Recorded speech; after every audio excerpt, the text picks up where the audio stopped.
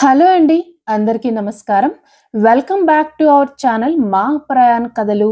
Rice bowl of Tamil Nadu అని పిలువబడే తంజావూరులోని బృహదేశ్వర ఆలయం 1000 సంవత్సరాల క్రితం చోళ చక్రవర్తి రాజరాజ 1 నిర్మించారు. ఈ ఆలయ నిర్మాణం 1003వ సంవత్సరంలో ప్రారంభమై 1010వ సంవత్సరంలో పూర్తయింది. ఈ టెంపుల్ గ్రేట్ లివింగ్ చోళాస్ టెంపుల్స్లో ఒకటి మరియు యునెస్కో వరల్డ్ హెరిటేజ్ సైట్గా కూడా గుర్తించబడింది. రాజరాజ చోళ ఈ ఆలయాన్ని రాజరాజేశ్వర ఆలయం అని పేరు పెట్టారు. చోళుల తర్వాత పాండ్యరాజులు, విజయనగర రాజులు, నాయక రాజులు, మరాఠా రాజులు తంజావూరుని పాలించారు. తంజావూరుని చివరిగా పాలించిన మరాఠా రాజులు ఈ ఆలయం పేరుని బృహదేశ్వర ఆలయంగా మార్చారు. బృహదేశ్వర ఆలయం తిరుచిరాపల్లి నుండి 59 కిలోమీటర్స్ దూరంలో, తంజావూరు రైల్వే స్టేషన్ నుండి 2 కిలోమీటర్స్, ఓల్డ్ బస్ స్టాండ్ నుండి 1 kilometre and new bus stand నుండి 5 కిలోమీటర్స్ దూరంలో ఉంటుంది. ఈ ఆలయానికి 3 ప్రవేశ ద్వారాలు ఉన్నాయి. మొదటిది మరాఠా గేట్వే. మరాఠా రాజు లోపల ప్రవేశ ద్వారాలకు రక్షణగా ఈ మరాఠా గేట్వేను ఇటుక మరియు సున్నం మట్టితో ఆర్చ్ షేప్ లో నిర్మించారు. మొదటి ప్రవేశ ద్వారం దాటగానే లెఫ్ట్ సైడ్ లో తంజావూర్ మరియు బృహదేశ్వర ఆలయ చరిత్ర మరియు ఆలయ మ్యాప్ ఉన్నాయి. బృహదేశ్వర ఆలయంలోని చూడవలసిన ప్రదేశాలు ఎక్కడ ఉన్నాయో ఈ మ్యాప్ లో చూడొచ్చు. రెండవ ప్రవేశ ద్వారం కేరళంతకన్ తిరువాసల్. ఈ గోపుర ద్వారాన్ని చోళరాజు రాజరాజ 1 కేరళ చేరాస్ మీద యుద్ధం గెలిచినప్పుడు దాన్ని గుర్తుగా కట్టించారు. ఈ గోపురం నుండి లోపలికి వెళ్ళాక రైట్ సైడ్ నా క్లాక్ రూమ్ అండ్ చెప్పుల్ స్టాండ్ ఉంటాయి. మూడవ ప్రవేశ ద్వారం పేరు రాజరాజన్ తిరువాసల్. ఈ గోపురం మీద చిన్న విగ్రహాలలో శివుని అవతారాలు, దుర్గాదేవి, వినాయకుడు, సుబ్రహ్మణ్య స్వామి, ఇరువైపులా పెద్ద విగ్రహాల్లో ద్వారపాలకుల్ని చూడొచ్చు. ఈ ద్వారపాలకులు గుడిలో 9 ప్రదేశాల్లో ఉంటారు. బృహదేశ్వర ఆలయం చోళ ఆర్కిటెక్చర్తో నిర్మించారు. అంటే ప్రవేశ గోపురాలు తక్కువ ఎత్తులో ఉంటాయి మరియు గర్భగుడి గోపురం ఎక్కువ ఎత్తులో ఉంటుంది. గర్భగుడికి ఎదురుగా ఉన్న నంది ప్రపంచంలోనే 2వ అతిపెద్ద నంది. మొదటిది ఆంధ్రప్రదేశ్లోని లేపాక్షిలో ఉంది. ఈ నంది 12 అడుగుల ఎత్తు, 19 అడుగుల పొడవు, 25 టన్నుల బరువు ఉంటుంది. గ్రానైట్తో ఏకశిలతో చేశారు. అయితే ఈ నంది చోళుల కాలం నాటికి కాదు, మరాఠాలకు ముందు పాలించిన నాయక రాజులు పెట్టినది. చోళుల కాలం నాటిన నందిని కూడా ఈ టెంపుల్కి లెఫ్ట్ సైడ్లో ఉన్న మండపంలో చూడొచ్చు. ఈ నంది మండపం మీద నాయక రాజుల విగ్రహాలు కూడా ఉన్నాయి. ఈ మండపం సీలింగ్ మీద ఫ్లోరల్ డిజైన్స్ అండ్ దేవుళ్ళ పెయింటింగ్స్ ఉన్నాయి. ఇవి మరాఠా రాజుల కాలం నాటివి. Temple timing 6 AM to 12:30 PM and 4 PM to 8:30 PM. ఇప్పుడు మ్యాప్లోని 5th ప్లేస్లో ఉన్న వారాహి అమ్మవారి దగ్గరికి వెళ్దాం రండి. మేము టెంపుల్లోని 11:40 నుండి ఆఫ్టర్నూన్ 2:10 వరకు ఉన్నాము. రాజరాజ చోళ 1 శాసనాల్లో వారాహి అమ్మవారిని అష్టపరివార్లయ దేవతగా ప్రస్తావించారంట. ఇది మ్యాప్లోని 6th ప్లేస్లో ఉన్న సౌత్ క్లోయిస్టర్ మండపం. ఈ మండపంలోని చోళుల కాలం నాటి నందిని కూడా చూడొచ్చు. పెద్ద టెంపుల్ ముందు ఈ నంది చిన్నదిగా ఉందని నాయకరాజులు ప్రెజెంట్ ఉన్న నందిని పెట్టారు. బృహదేశ్వర ఆలయం ప్రపంచంలోనే మొట్టమొదటి పూర్తిగా గ్రానైట్తో నిర్మించిన దేవాలయం. ఈ గ్రానైట్ ను 70 కిలోమీటర్ల దూరంలో ఉన్న పుదుకొట్ట నుంచి తీసుకువచ్చారు. ఈ ఆలయ నిర్మాణానికి 1,30,000 టన్నుల గ్రానైట్ ను యూజ్ చేశారు. 12,000 ఏనుగులు, 5,000 గుర్రాలు, 50,000 మంది కార్మికులతో 7 సంవత్సరాల్లో నిర్మించారు. ఈ ఆలయ గోపురం 216 అడుగుల పొడవు ఉంటుంది. విమాన గోపురాన్ని గ్రానైట్తో ఏకశిలతో చేశారు. 80 టన్నుల బరువు ఉంటుంది. అంత బరువున్న విమానాన్ని ఆలయం పైన ఎలా పెట్టారన్నది మిస్టరీ. ఈ ఆలయంలోని ఇంకొక ప్రత్యేకత ఏంటంటే ఎటువంటి సిమెంటు, ఇసుక లాంటి బైండింగ్ మెటీరియల్స్ యూజ్ చేయకుండా ఇంటర్లాకింగ్ సిస్టంతో కట్టిన దేవాలయం. అంటే రాయి మీద రాయిని పేర్చుకుంటూ అనుసంధానించి కట్టినది. ఈ అద్భుతమైన ఆలయం 6 భూకంపాలు, ఎన్నో తుఫాన్లు వచ్చినా చెక్కు చెదరకుండా నిలబడింది.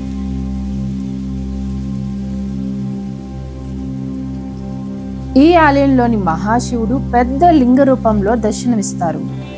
శివలింగం 12 అడుగుల ఎత్తు, 20 టన్నుల బరువు ఉంటుంది. గర్భగుడి బయట పెద్ద ద్వారపాలకులు, లెఫ్ట్ సైడ్ లోని వినాయకుడు, రైట్ సైడ్ లోని దుర్గాదేవి ఉన్నారు. శివుని దర్శించుకున్నాక లెఫ్ట్ అండ్ రైట్ సైడ్లో కూడా ఎగ్జిట్ ఉంటుంది. ప్రతి ద్వారం దగ్గర ద్వారపాలకులు ఉంటారు. పైభాగంలోని నాట్యశాస్త్రం యొక్క 81 భంగిమలు భరతనాట్యం ఆధారంగా చెక్కబడి ఉన్నాయి. రెండవ అంతస్తులో త్రిపురాంతక రూపంలో ఉన్న శివుని విగ్రహాలు ఉన్నాయి. ఆలయం సౌత్ వాల్ కింద భాగంలో వినాయకుడు, విష్ణుమూర్తి, భిక్షాటంలో ఉన్న శివ, వీరభద్రుడు, ఈ మెట్ల నుండి పైకి వెళ్తే దక్షిణామూర్తి, పక్కన కళాంతక మరియు నటరాజ స్వామి విగ్రహాలు ఉన్నాయి. ఈ ప్లేస్ కి ఆపోజిట్ లో ఇంటర్ప్రిటేషన్ సెంటర్ ఉంటుంది. ఆలయం బ్యాక్ సైడ్ వినాయకుడు, కరువూర్ దేవర్, సుబ్రహ్మణ్య స్వామి టెంపుల్స్ ఉన్నాయి. చూద్దాం రండి. లెఫ్ట్ సైడ్ లో ఉన్నది వినాయకుడి టెంపుల్. ఈ వినాయకుడి టెంపుల్ ని మరాఠా రాజు అయిన సరభోజీ II 19వ శతాబ్దంలో కట్టించారు. ఇక్కడ వినాయకుడితో పాటు మూషికాన్ని కూడా దర్శించుకోవచ్చు. ఈ ఆలయ గోడల మీద 1000 సంవత్సరాల క్రితం నాటి తమిళ లిపిలో రాసిన శాసనాలు కనిపిస్తాయి. ఇప్పుడు ఉన్న తమిళ లిపి 100 సంవత్సరాల కాలంది. ఆలయం వెస్ట్ వాల్ క్రింద భాగంలో ఉన్న శిల్పాలు రైట్ సైడ్ నుండి మొదటిది హరిహర శిల్పం, అంటే సగం శివుడు సగం విష్ణుమూర్తి ఉన్న శిల్పం. రెండవది లింగోద్భవ శివ శిల్పం. లెఫ్ట్ సైడ్ లో ఉన్న 2 శిల్పాలు చంద్రశేఖర్ శిల్పాలు. తర్వాత చూడవలసిన ప్లేస్ కరువూరర్ టెంపుల్. ఈయన చోళరాజు రాజరాజ I గురువుగారు. చోళరాజు ఈ గురువుగారి సహాయంతో గర్భగుడిలోని శివలింగాన్ని ప్రతిష్ఠించారు. ఈ టెంపుల్ కి రైట్ సైడ్ లోని సుబ్రహ్మణ్య స్వామి టెంపుల్ ఉంటుంది. ఈ టెంపుల్ ని సేవప్ప నాయక 17వ శతాబ్దంలో కట్టించారు. ఇక్కడ సుబ్రహ్మణ్య స్వామి 6 ముఖాలతో నెమలి మీద ఉంటారు. సుబ్రహ్మణ్య స్వామి యొక్క ద్వారపాలకులు కూడా ఏకశిలతో చేశారు.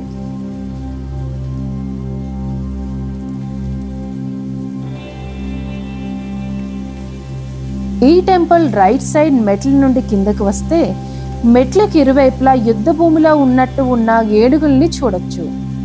ఒక సైడ్ ఏనుగు ఉగ్ర రూపంలో ఉండి గుర్రం మీద వెళ్తున్న అతన్ని పట్టుకున్నట్టు, రెండో వైపు శాంతంగా ఉన్న ఏనుగు కనిపిస్తాయి. ఈ టెంపుల్లోని ప్రతి శిల్పం చాలా డీటెయిల్ గా చెక్కారు. ఇక్కడ సుబ్రహ్మణ్య స్వామిని దర్శించుకోవచ్చు. ఈ టెంపుల్ పైన రామాయణానికి సంబంధించిన శిల్పాలు చెక్కారు.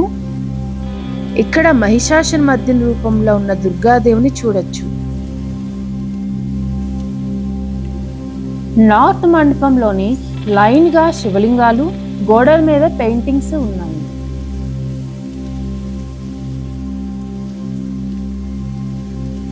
ఈ టెంపుల్లోని మొత్తం 250 శివలింగాలు ఉన్నాయి. సుబ్రహ్మణ్య స్వామి టెంపుల్ కి ముందు ఒక మండపం ఉంది. ఈ మండపం పేరు మల్లప్ప నాయక మండపం. ఈ మండపం గోడల మీద మరాఠా రాజుల శిల్పాలు ఉన్నాయి. ఇది టెంపుల్ రైట్ సైడ్ ఎగ్జిట్. ఇక్కడ కూడా 6 అడుగుల ద్వారపాలకులు ఉన్నారు. ఈ ఆలయ నార్త్ వాల్ మీద కూడా కొన్ని శివుని అవతార శిల్పాలను చూడొచ్చు. మొదటి శిల్పం అర్ధనారీశ్వరుడు, సగం పార్వతీదేవి, సగం శివుడు నందితో కనిపిస్తారు. తరువాత గంగాధరుడు, పశుపతమూర్తి, శివపార్వతుల మూర్తులు ఉన్నాయి. ఆలయానికి నార్త్ సైడ్ లోని శివుడికి పరమభక్తుడైన చండికేశ్వరుడి టెంపుల్ ఉంటుంది.